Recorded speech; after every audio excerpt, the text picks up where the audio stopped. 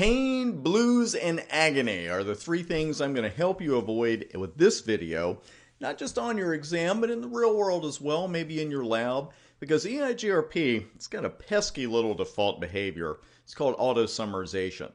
And autosummarization occurs when routes are advertised across classful network boundaries. That is, when you're advertising one major network number out an interface that belongs to another major network number. Just exactly what we have here, and it's what I have for you in the lab as well.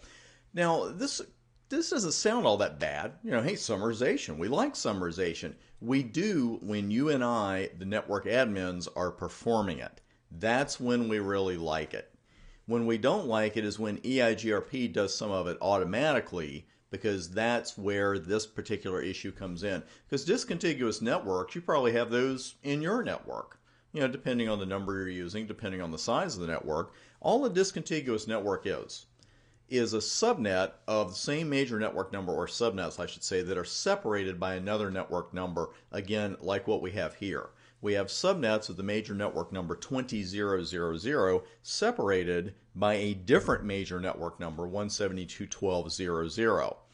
So, you know, it doesn't really look all that bad, but what you end up with is a real issue because of equal cost load sharing, which is also on by default. Because with EIGRP's default auto summarization left on, router 1 in this case is going to get two advertisements for the 20000/8 network. It's going to get one from router 2, it's going to get one from router 3. You combine that with equal cost load sharing, which is also on by default, and what you end up with is a mess.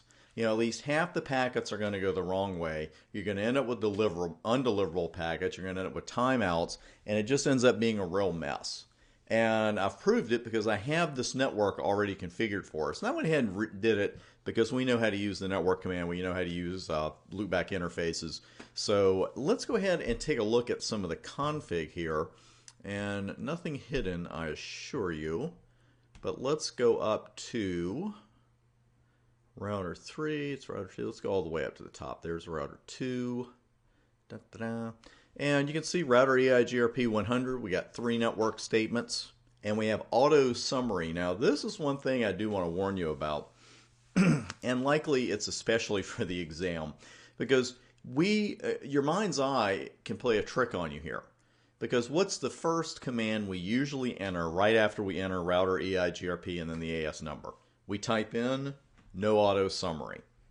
And the thing is, you get so used to seeing that in the config that when you look at a config later, or you look at show IP protocols where it usually says auto summarization is off, well, here it's on, but your mind's eye can see it and say, oh, okay, I've seen that a million times. This is no auto summary. Just take an extra second, take another glance at it, and make sure it says no auto summary or auto summary. Here is router 3, and again, nothing tricky here. There's the EIGRP config, and on router 1 it's even shorter because I've got a network statement and auto summary. So right now we have auto summary on all 3 routers. So let's go up to router 1 and take a look, and this is what we end up with. We end up with an auto-summarized route, and I also want to show you what that looks like in show IP protocols. And where you will see it is right here under automatic summarization enabled. And here it's saying, see, it's also auto-summarizing 172.12.00/16 as advertised to the loopbacks. Well, we don't really care about that, but what we do care about right now is that the network number 20000/8 is a result of automatic summarization for serial 0/1/0, which of course is the 172.12.123.0/24 network. So that proves automatic summarization is on right there. And we've also kind of got proof because up on router 1, we've got these auto summarized routes.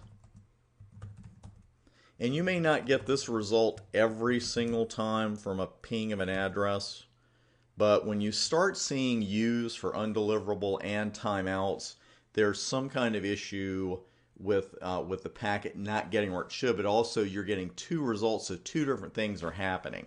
And that's the kind of thing we end up with auto summarization. Now, you can get some of your packets through sometimes. You might see an exclamation point in there as well. You could run it 5 times, get 5, not exactly the same results, but still you're not getting 100%. That's what we're looking for. You might get 20% on some of them, 40 on the others. So we've got quite a mess, and we know what's causing it. But let me ask you this. Now, in the real world, you and I are very likely going to have auto-summarization turned off on all 3 of these routers, so we're not going to care. But it could be an exam question, job interview question. What if I told you or asked you, I want you to disable auto-summarization only where it's absolutely necessary in order to resolve this problem? That's the horse of a different color we've heard about, right? Okay, so instead of doing it on all 3, which ones do we have to do it on? Well, it's really easy to say router 1. And that was my first thought years ago when I first saw this in action. And it's just like, well, router 1 has the summarized routes. That's where you need to disable it. Actually, that's where you don't need to disable it, because by the time router 1 gets those routes, the summarization has already taken effect. It's already taken place. We need to disable auto-summarization where the summarization is actually taking place, and that is on routers 2 and 3. So again, let's prove that. Let's go down to router 2, and we'll do a no auto, short for no auto summarization. Note that the neighbor adjacency resynced, and on previous iOSs, as many of you know who have seen my videos on YouTube and here on Udemy and other sites, in older iOSs it would go down. That's not going to, the exam is not going to get into exam versions, but on the latest and the greatest, you don't actually lose the neighbor adjacency, it's just resynced. So let's go to router 3 and do the same thing.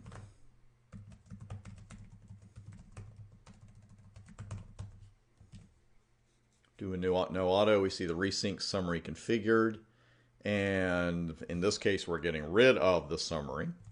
So let's go up to router 1 and first run our neighbor command. You can see with that uptime that while the adjacency to router 3 has been up much longer than the one to router 2 at this point, then we did not lose our adjacencies here when I did no auto summary on 2 and 3. And now there we go. And notice the summary routes are gone. That's what we expect. The summary routes are gone, and now we're getting the individual subnets. And one of the addresses we pinged previously, we're going to be able to ping them all. I picked on router 3's loopbacks, so I get tired of picking on router 2's loopbacks. But that's the great thing about auto-summarization. You just spot where the routes are actually being summarized and turn it off there. That's the minimum. But again, what we usually see, of course, in deployments out in the real world is auto-summarization is turned off everywhere. So that is auto-summarization in a nutshell. And now I want to lead you into a discussion of manual summarization.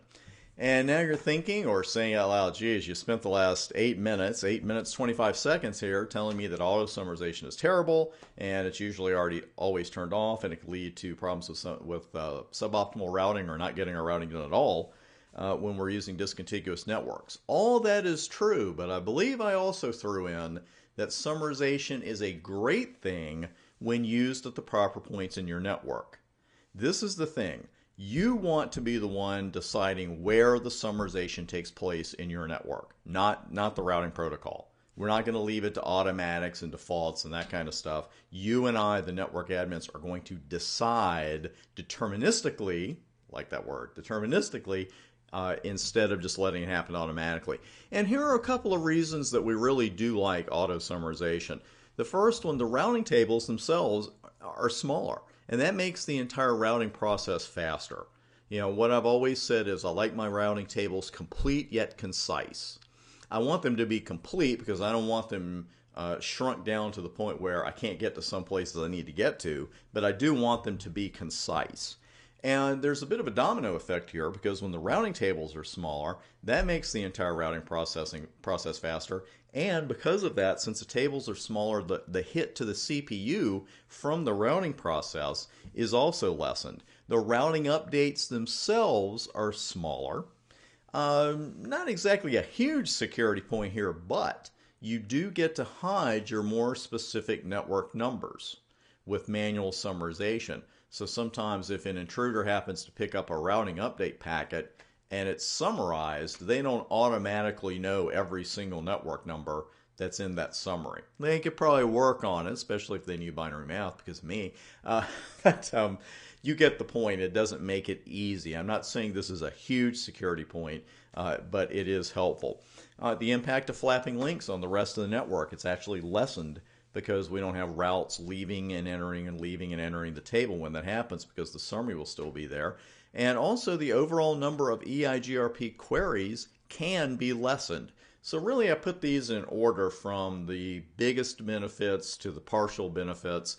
And what we're going to do in the next video is actually perform some manual summarization. I've got to set up a new lab. So I'm going to do that right now. We're going to see this in action on the live equipment. And while I'm doing that, I want you to get something to write with, because I want you to practice this. And just a quick word here on that. Don't hit that stop button. I'm not done. It's really, really important, even when you have binary down, even when you have your hex conversions down, write some of this stuff out on occasion. I know there are shortcuts. I know there are. But just write the whole thing out every once in a while, and then when you're taking your exam, you're so much better at it, because frankly, you're so much fresher at it, and that goes for anything to do with binary. Having said that, I will see you on the next video.